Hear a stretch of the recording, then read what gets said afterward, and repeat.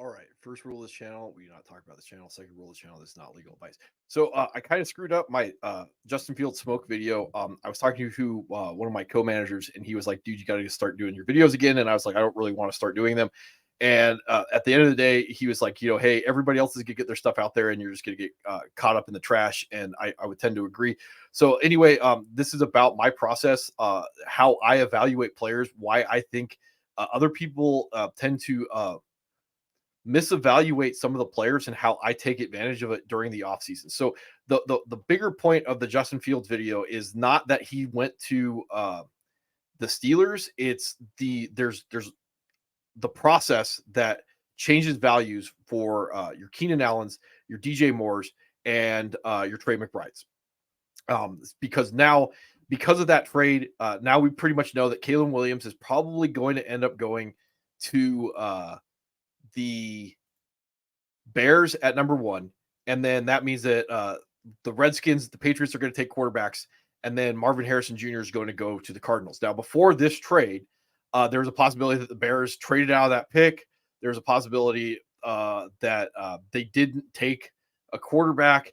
It also means that there was a possibility that if the Bears didn't take a quarterback, the Cardinals could have traded out of that pick because it looks like Kyler Murray is going to take Kyler Murray was going to stay in Arizona. These are all the stuff, the dominoes that start going down in the offseason, why it becomes so difficult to evaluate players. But once free agency starts going and we start getting an idea of what's going on, we can start expecting other moves to be made that will influence a player's value. And again, because value of players, the rankings more accurately, is subjective.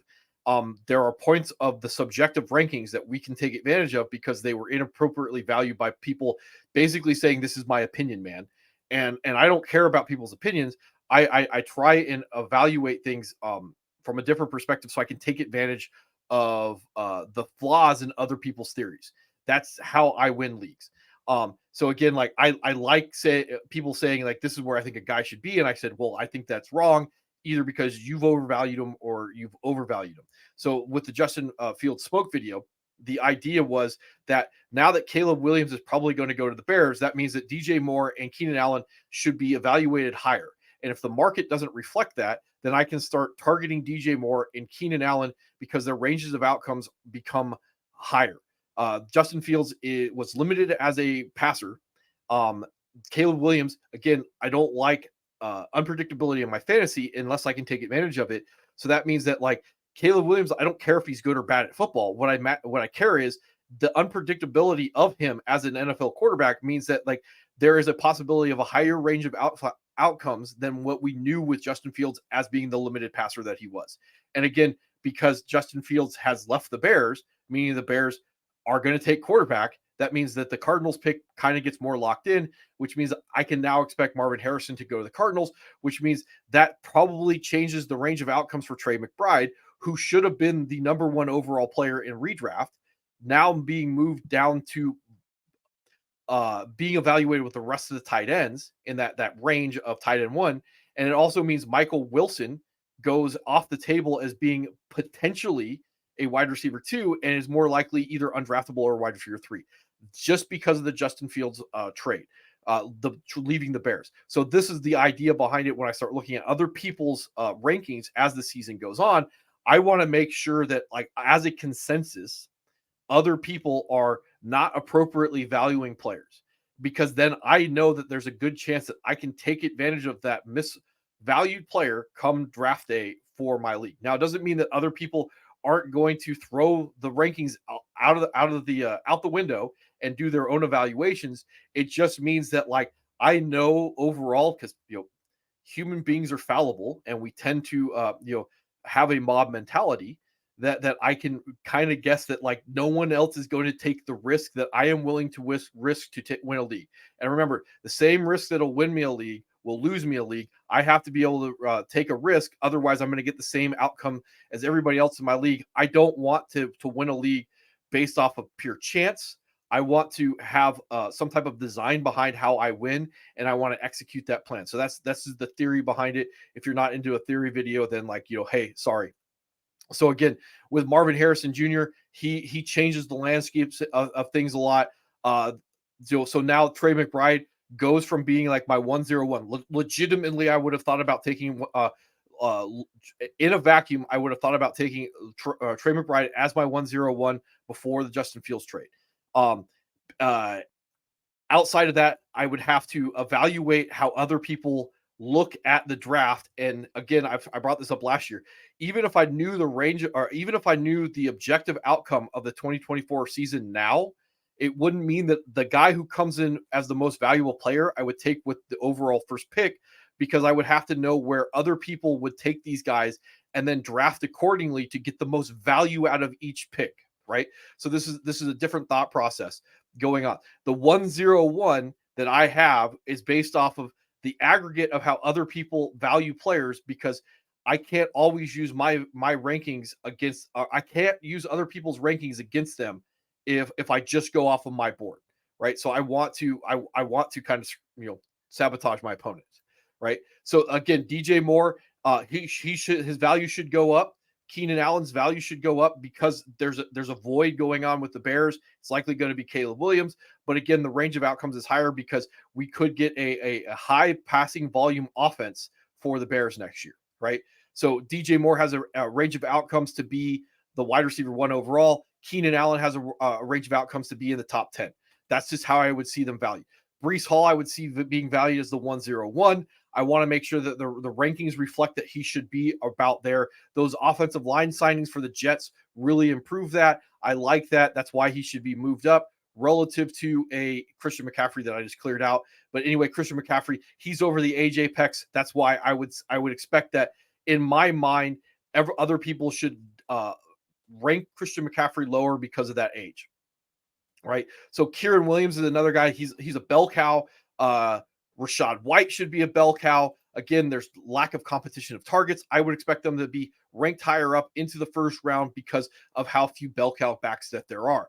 CeeDee Lamb, I would expect to be the number 1 overall wide receiver. This is where I would expect these guys to go. Again, the lack of competition for opportunities in an offense. He was the wide receiver 1 last year. I would expect that would stay the same. There's nothing to change what I think his range of outcomes is going to be. Bijan's the guy I think is going to get hype trained up, but I also think he should be a first round draft pick. This is where I'm evaluating players. Josh Jacobs, another guy that I think there's going to be a lack of a competition of opportunities in a good offense. I'm expecting him to be a first round draft pick. Same thing with Zamir White. So this is one of the guys that I know no one else is going to value the same way I do. But right now, after free agency, Zamir White does not have competition for opportunities. He looks like he's going to be a bell cow. The Gardner Minshew, signing means that he's going to have better, more consistent quarterback play. So again, a guy like Zamir White, I would expect to be ranked around the end of the first round. If he's not there, I want to take advantage of that. Same thing with Rachaad White. Tyreek Hill's a guy that I would expect to be ranked down because he's over the age apex. If he's not ranked down, now I'm looking at Jaylen Warren to make sure that he's not ranked up because Tyreek Hill is over the age apex. So these are the things that I'm looking at if they're appropriately valued. The Sun God, I expect to be a first round draft pick, but I think he's got limited upside. So he's just a guy I'm not interested in, even though I think he's a first round draft pick, if that makes sense. So that goes back to your Sam Laportas right here. Guys that I think are going to have competition for opportunities, I tend to think should be ranked lower than where they're going. So I was seeing some places that Sam Laporta is ranked as the number 1 tight end, and I'm thinking to myself, how is he ranked as the number 1 tight end when he's going to have a competition for opportunities? That's just not something I understand. So I would tend to go I would want my Sam Laporta shares to be ranked more appropriately than where he's being drafted at. So as I just cleared out Justin Jefferson is a guy that I would expect to be ranked someplace in the second round.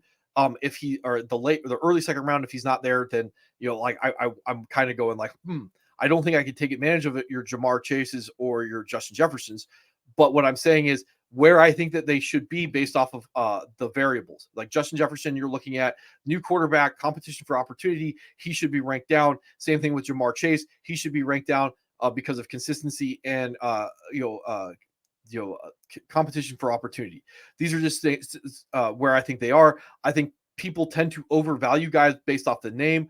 I'm not worried about the name or the ability. What I'm worried about is the bottom line in my fantasy league, right? So again, Drake London's another guy I think is going to get hype trained up. If he doesn't get hype trained up, I want to go like, hey, where do I think he's going to be appropriately valued? Probably in the third or fourth round range. But if he goes outside of that, then I no longer am interested in him. If he's underneath that, then I become very interested to overdraft him to where I think he should go. Same thing with this is the same thought process with Kyle Pitts. Why would I spend a third round, fourth round pick on a Sam Laporta when I could spend like an eighth round pick on a Kyle Pitts if that's where he's being valued? So these are the things I'm looking at on my draft boards after free agency and after all these moves to make sure that these guys are being appropriately valued. Now, other people as the season go on will the rankings will reflect that other people's thought process will end up being in line with mine. So the initial rankings don't matter as much to me as much as there are not variables that change the rankings of guys or overall the consensus changes them, right? Because I'm going to have my own draft board. I'm going to go like, this is where this guy should be. This is where the guy I know for the most part when I go into my drafts, there's a very narrow board that I go off of. My board will end up being like 15, 20 picks, period. It's like that's first round to 13th round. It'll end up being like 20 dudes tops. I know who I'm going after in every round because I'm going to overvalue all the players that I know that I can go get. So this is the thought process behind that. Same thing with Jonathan Taylor. I'm thinking he's probably going to be overvalued, but what if he's not? He should probably be a third round pick. What if he's, that's where I would think he's going to be valued. If he's over a third round pick, I'm not interested in him. If he's under a third round pick, that would be something I would go after. But these are guys that I know off of last season. There's a little bit of disappointment. Those are the type of things that I would be looking at. Same thing with Garrett Wilson. I already look at Garrett Wilson. He's being appropriately valued, but the thought process was he was a bust last year. Is he being appropriately valued as a guy who could finish at the top wide receiver overall? Other guys, Anthony Richardson. This is another guy like your Trey McBride. And I know there are going to be some people that scoff at this, but like a guy like Anthony Richardson, value wise is would be in the conversation for 101 based off the fact that he has the most points per play of anybody in fantasy football in the limited sample size that we had last year.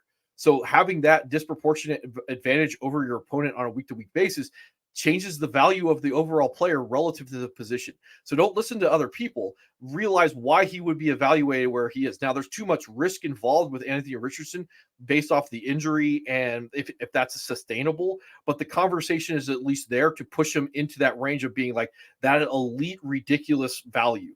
So now I have to make sure that almost any place that Anthony Richardson goes, he's going to be inappropriately valued. And that's one of the things that I look at because unless the hype train pushes him up to the second round, he becomes an easy smash for me.